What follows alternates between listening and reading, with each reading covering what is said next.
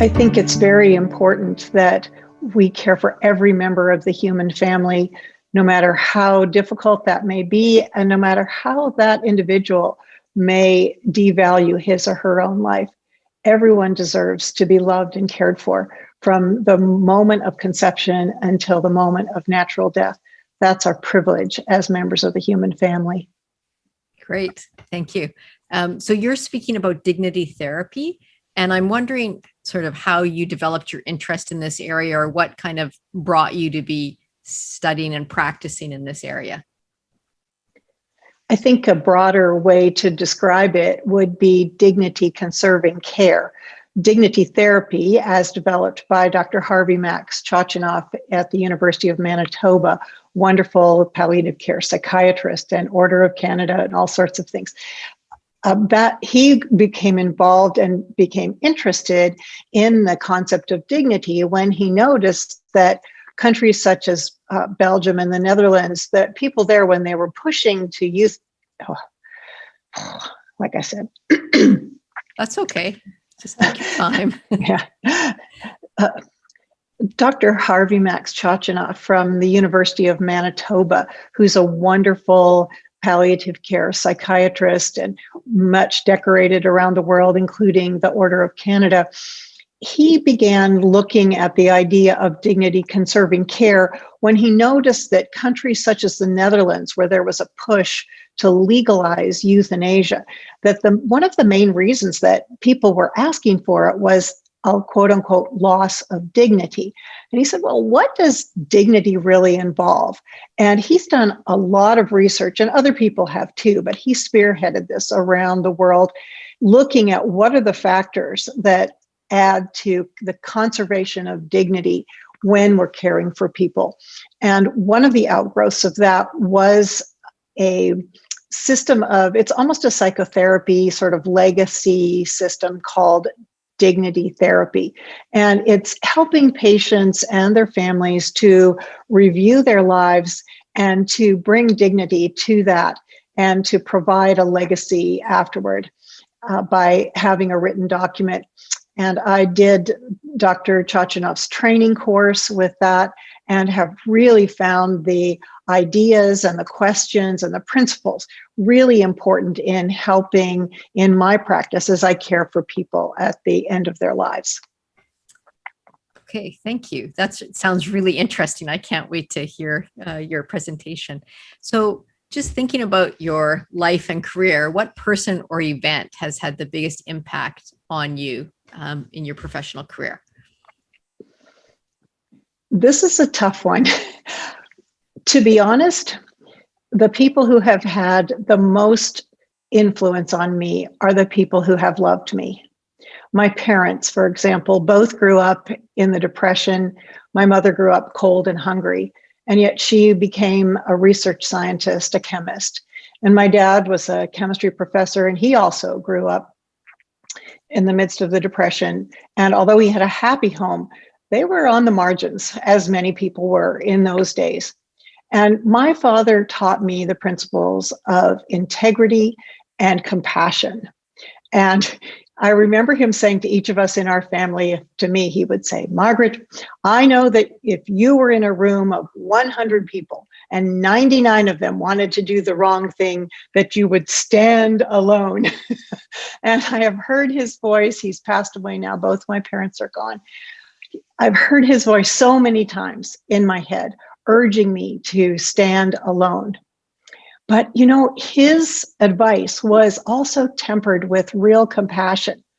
I couldn't have been more than about 5 years old when I went to the zoo here in Vancouver, which was pretty poor little zoo in those days. But we went to the zoo, and there was a baby harbor seal that was swimming around and trying to get out of the little pool up onto the rocks. And it wasn't managing to make it out of there. And I was frantic that this little seal was going to die.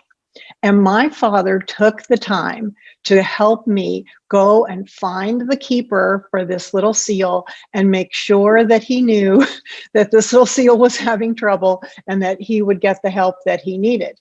Now, so many parents, maybe even me included, would have just said, oh, come on, he'll be fine, let's go home. But my dad took the time to nurture that gift of compassion that was in my heart. And I think that has had a huge influence in me. And then on top of, and also my parents encouraged me to pursue my dreams, which was, medicine wasn't all that easy when I started for women. So that was important. And then, of course, I met my husband in our medical school class, and he's been very supportive of helping me in my career and in my advocacy work. And our children, too, have been real cheerleaders for me, which has made a big difference. So, of course, there are people like Balfour Mount, under whom I studied, and Margaret Scott, who was also there at the Royal Victoria Hospital where I did my initial training, and Dr. Kenneth McKinnon in Nova Scotia, and all of my wonderful colleagues with whom I've worked and continue to work. But I think really the people around me who have loved me have given me that strong foundation to carry on the work that I do. Thank you. That's such an encouragement to all of us to love the people in our lives so we can encourage them to reach their potential. So last year at the conference, we gave away a book. Each speaker chose a book, and it was really fun and people really enjoyed it. So we want to do the same thing this year. So if you could gift a book to anybody, what book would you gift? Oh, this question about the books is so impossible. I'm a complete bibliophile. I read under the covers with the flashlight as a child. One book, it's like choosing a favorite child. Of course, just about anything by Lewis or Tolkien, I come back to over and over and over again to encourage people, to encourage myself and to encourage others that the things that we do matter. And that's really important. I've read two books recently, and I think both of them other people may suggest. So I'm going to put them out there. One of them is by Rod Dreher called Live Not by Lies, which is an excellent book about how people that lived under totalitarian regimes survived it. And I found it incredibly helpful.